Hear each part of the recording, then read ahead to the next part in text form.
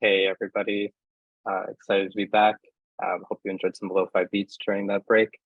And yeah, really excited to say that we have Camila Russo with us, who's going to be joining us in just a second.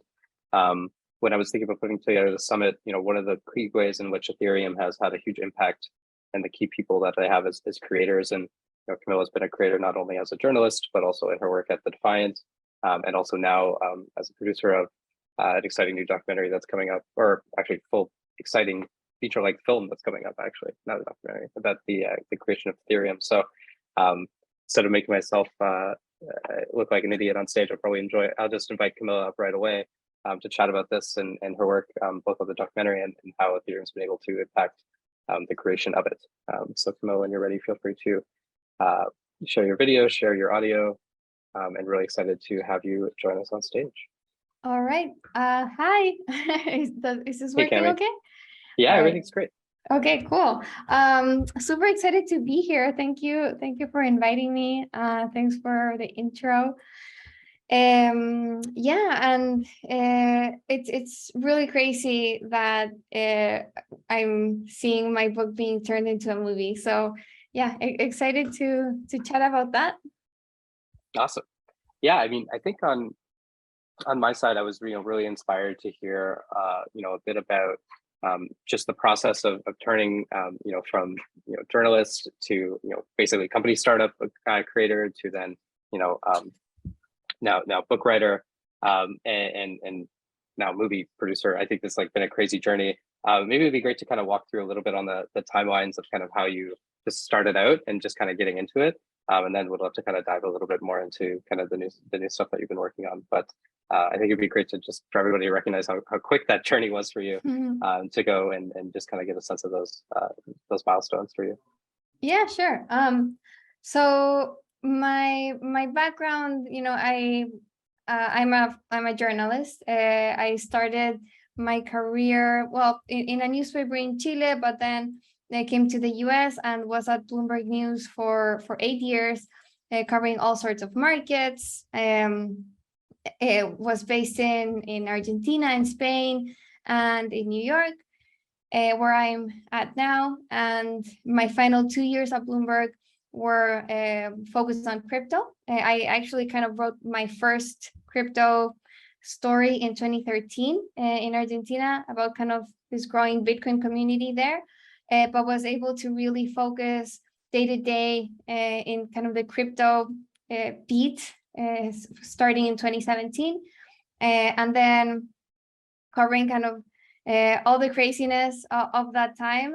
Everything was really boring in comparison, and decided I would just stay in crypto, and that's where kind of the idea of the book came about. So this was end of 2017. I had always wanted to write a book, and I covering crypto was like, there has to be a book idea here somewhere.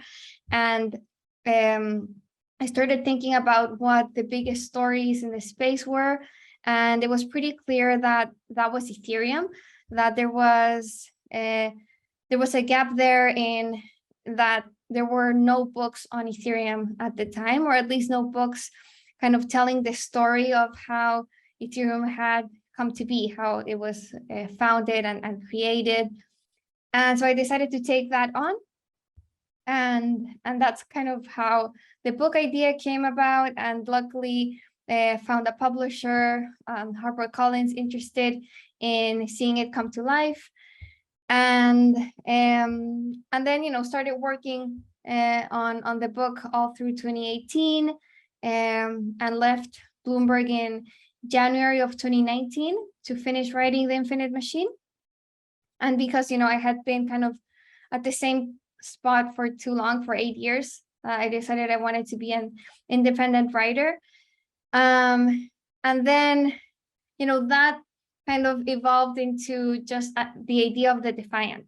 So The Infinite Machine and the Defiant are pretty kind of tied, because it was researching for the Infinite Machine that I was following the Ethereum community around, all the hackathons, all the ETH Global hackathons, conferences, and just was seeing all this innovation coming from the Ethereum community, and especially DeFi emerging. And I realized like it was super undercovered. Like to me, DeFi in 2019 was by far the most interesting thing happening in crypto. And so I decided to start a DeFi focused newsletter with the Defiant in June of 2019. And yeah, that really stemmed from my research of the Infinite Machine. So that's kind of how, everything came together. Amazing. And I think, the timing of that should be noted, that like, I think, to recognize that DeFi was, such an important part of this ecosystem. I think in a lot of ways, like, early, right? Like I think 2020 is like when DeFi summer hit, and it was, absolutely chaos. And, a lot of people were, it was just like an amazing period of like, explosion of new things happening in DeFi. But, to have noticed that a year early, and then, be I think in the right position, and have built the brand over that year in between, to be able to like really report on everything that was happening in a really like measured way, I think was, something that the ecosystem really needed in summer 2020, and of course beyond. But yeah, I mean, it was amazing to have you be a part of that, and very helpful, I think, for the entire community. Yeah, I'm glad. I really hope so. Like my goal with the Defiant was to bring the just like high quality, objective, unbiased reporting that I had learned at Bloomberg, bring that into crypto, and just focus it on specifically finance, which, I think there are some great crypto media and publications out there, CoinDesk, The Block, they do great work, but I was seeing kind of this missing space of just like finance focused information and DeFi focused information that was really just like had really high standards. So yeah, that's what we've been trying to do at the Defiant. Amazing. Well, I think you've been very successful in doing so. So it's very exciting to have seen that happen. And then as you were sort of kind of, in a way doing both of these, as you mentioned, they're very kind of interrelated, both the book and the Defiant. Like, I guess kind of curious, like, as you were going through and chatting with people, and interviewing and meeting the community, and as you mentioned, for kind of working towards this book, like, I guess like what comes to mind is like maybe a story or an anecdote or something that you learned like as you were doing this, that like you hadn't heard before, or that was like really unexpected, that like either was like really positive or really negative. I don't know, however you want to take it. But I guess like really curious, like what was like a really cool story that you had heard that you hadn't heard before while you were kind of researching for the book? That's so hard. I think, I did like over 100 interviews for the book. So let's see.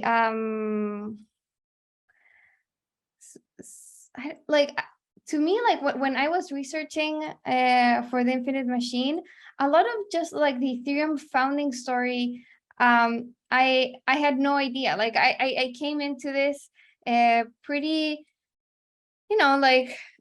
knowing, of course, about Vitalik, like knowing just like what an exceptional and just charismatic person he is, and I thought, like there's this really great character that can drive this story, and I knew some about kind of the other co-founders at the time. Like I had interviewed Charles Hoskinson for at Bloomberg, but I really didn't know about like all the drama that happened in Ethereum in its early days.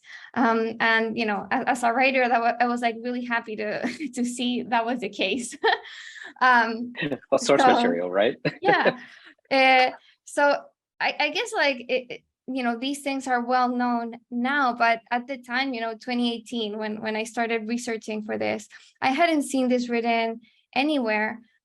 Kind of this tension between Ethereum being a for-profit company and a non-profit foundation, the fallout with kind of different factions between founders, kind of, this, what I call in my book, this kind of red wedding situation, Yep. All of that tension yeah, I thought was so interesting, and kind of, you know, at the core, it really spoke to just the values that later made Ethereum what it is. You know, the fact that this vision for a nonprofit foundation, this, you know, open protocol, that vision for Ethereum was what finally kind of won out, was of course what has driven and shaped the network and the community to be what it is today. It's amazing to hear. Yeah, and definitely, like I imagine that sort of, I guess, kind of you know, pivotal thing at the foundation story at the beginning. It does make for an interesting opportunity to, like, you know, write and be able to, like, tell that story and that kind of foundation journey, a little bit of like a hero's quest in some way. Mm-hmm. Yeah, I think, like, you know, just to kind of pause and reflect a little bit on that, like, the community is, you know, largely built up of, like, at least at the beginning, of, you know, kind of idealists, but, you know, largely just people who, you know, really excited about technology, and, you know, often, like, weren't writers, I think, right? And I think, like, this in a way, like, is a testament to, like, the importance of, like, having writers in the space to be able to, like, go back and, like, tell those stories, because, like, at some point, like, and that feels like now a long time ago, the kind of foundation story, but, like, at some point, like, the story of, like, the merge, for instance, will need to be told in a much more cohesive, like, really easy way to read, and it's so fresh and so new right now. But it, you know, of course, that's going to be like a big kind of another big kind of pivotal moment in the Ethereum story. So yeah, I think just a, you know, I guess a shout out to all writers, not just to you in this space, but just you know, being able to tell that story for people who I would say are not often too worried about telling that story themselves. And I think it's still, you know, an important story to be told. Kind of maybe transitioning from the book to now your kind of new project that you're working on that you announced recently, which is the movie, or the adaptation of that book.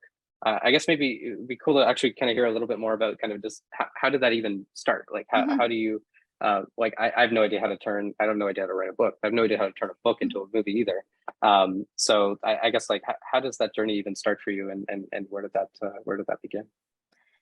Yeah, so I mean, it's been pretty crazy. You know, I didn't really expect my book to be turned into a movie. I mean, I could, like, only dream of that happening, and now that it is, it's really crazy. So basically, you know, we published the book in July of 2020, and about, you know, a few months after that, I started getting some, you know, inquiries from a couple of you know, movie studios about the rights of my book. So how it works is that the author usually owns the rights to sell their books to producers who want to turn you know, that book into a film. And so I held those rights, and so I was getting inquiries as to, you know, potentially selling them to different movie studios and producers. So I had some initial conversations, and you know, it was fine, but it was like I didn't get a sense of these groups having, like, a real understanding of, you know, what crypto was about, or just didn't see kind of a commitment to actually, you know, making it happen. Like, my agent told me of, like, all the movies that get sold, maybe like 1% actually get turned into a movie. So it's like, you know, movie studios kind of like buy these rights as like an option. So it's like, okay, maybe we will, like, one day take this and turn this into a movie, but it's not a sure thing that if you sell your rights, your book will actually be shown on screen. And so that was, like, really hard for me to decide. It's like, okay, do I give this up and maybe, you know, lose an actual chance of seeing this on screen? And then this Spain-based production studio reached out to me, And it was through someone who was like actually in crypto. Like he has to this day, like Francisco Gordillo has a hedge fund that invests in the space, and he's been kind of around since like 2014, like really kind of early on involved in crypto. So that was a really good sign to me. It's like, okay, they get it. They're like, literally invested in the space. And they were also they also offered to make me a part of production. So they offered me an executive producer role in the movie. So even though they weren't like a Hollywood studio, I decided to go with them because I saw just like a bigger chance of my book actually making it to be a movie, and because I would be more involved in production. So that's how that happened. Still, I was really clear with them, like, okay, I'll go with you guys, but I still want this movie to be like a Hollywood movie. Like I want this to be shown like all over the world. Like like I wrote this book for a mainstream audience and for this story to reach everyone, and so I want the movie to have like that same kind of impact. So like the big like the vision for this movie is for it to be like the social network but for crypto. So like a dramatized story that's meant to be like a blockbuster is kind of the big dream. So that's what we're going for. Amazing. And I guess that has to be like a very I think like very emotional journey, I would imagine, because like the book, I'm guessing, is like, you put so much work into that it must feel like in a way like a little bit of like a piece of you, right? And to then kind of license that out to somebody else where maybe you're not totally sure exactly like how they'll respect that, the amount of work that you put into it, honestly. Especially in the case where, like you said, I didn't know that like only 1% of these things get often turned into movies, these agreements. So yeah, I imagine that must have been quite an emotional journey to kind of go through, and I'm really happy to hear that you found somebody that you can trust, and also that you're part of the movie, I think, in a lot of ways too, right? As a producer, maybe we were speaking to like what kind of influence and maybe kind of impact you get to have as a producer, because I'm actually personally not too familiar either. Yeah. So that's a good question, because I had no idea about the film world, but executive producer sounds like okay, like that should be at the top, but it really isn't. It's like it sounds very fancy. Yeah. Yeah, but it's really kind of when you're the producer, then you actually have like hands-on influence on how things are made. Executive producers are more like an advisor kind of role. So executive producers usually kind of help with bringing in investors, or bringing in kind of their network. It's like, okay, maybe they're really well connected with actors and they can get a good cast, or maybe they're well connected with investors, or it's really like more of an advisor role, or maybe they can just like weigh in on the script, which of course like I want to do. Sure. But it's not like I don't get like a real say actually on how the movie gets made, but I do at least get a chance to kind of look behind the scenes at how it is getting made. So I'd rather kind of take that than nothing. So yeah, what it does is like I can be involved, and I am involved in the funding of the movie, and so we can get into that. How I wanted to bring in NFTs, and then I luckily get to at least look at the script and kind of give my opinion, although I am not kind of directly involved in writing it. Yeah, that makes sense. Gotcha. So yeah, every time I said producer so far, I suppose I should have said executive producer, because the fancier title means advisor instead of the actual. Yeah. Got it. Okay, cool. Awesome. Learn something new every day. Yeah, I mean, that's a perfect segue. I mean, I think, one of the reasons why I in particular thought about having you on was part of that kind of fundraising process, or even mobilizing the community that you've been able to build over the years to be a part of this movie. So yeah, maybe it makes, I think totally makes sense to segue into, yeah, talking a little bit more about that. Like, how, as you mentioned, did you use kind of NFTs and the community that you built over the years to be a part of this movie and be a part of that journey with you? Yeah, so when we started having kind of the first conversations about funding, I immediately thought we should do this with NFTs. Like this is gonna be the first feature film about Ethereum. We should bring in the Ethereum community and bring in Ethereum kind of technology somehow into the production process, and NFTs seem like a good fit.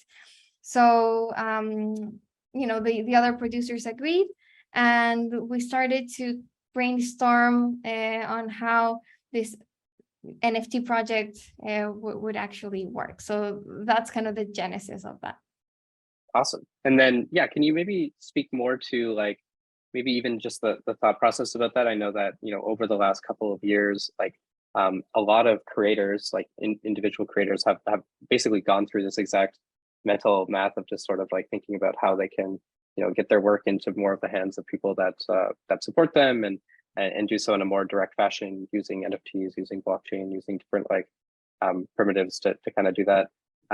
Yeah, maybe even diving into a little bit more about the different kind of options or different ways that people could help be a part of it through the NFTs that you were offering. Yeah.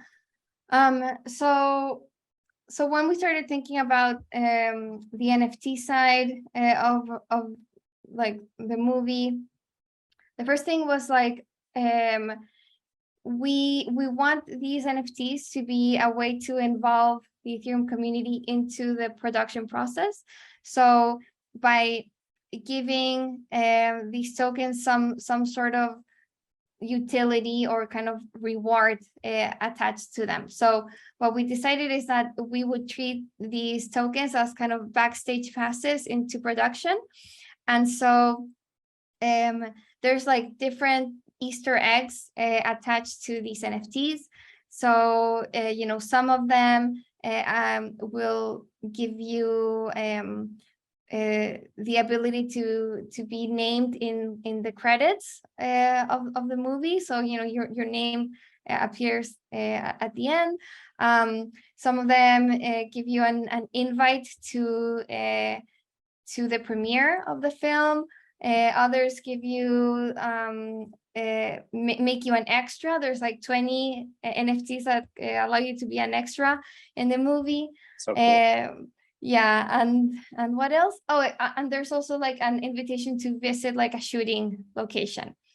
So that was kind of our way of just like involving contributors to the like the funding process into production.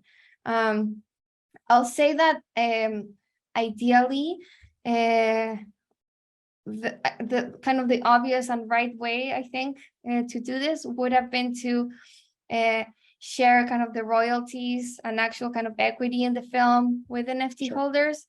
Of course, kind of discussing that with lawyers, it was like impractical to do.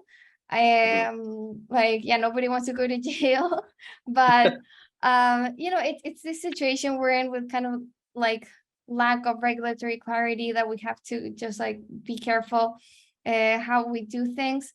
And so we found this way of like adding value to NFTs without having to just step into kind of murky regulatory waters.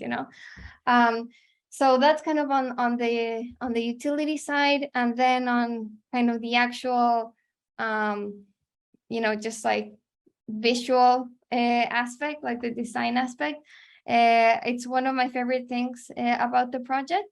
So we decided on kind of this is the utility. And then I reached out to one of the people who had been involved in the creation of the Ethereum logo. And I thought, it'd be really cool if this guy also designs our NFTs. Oh.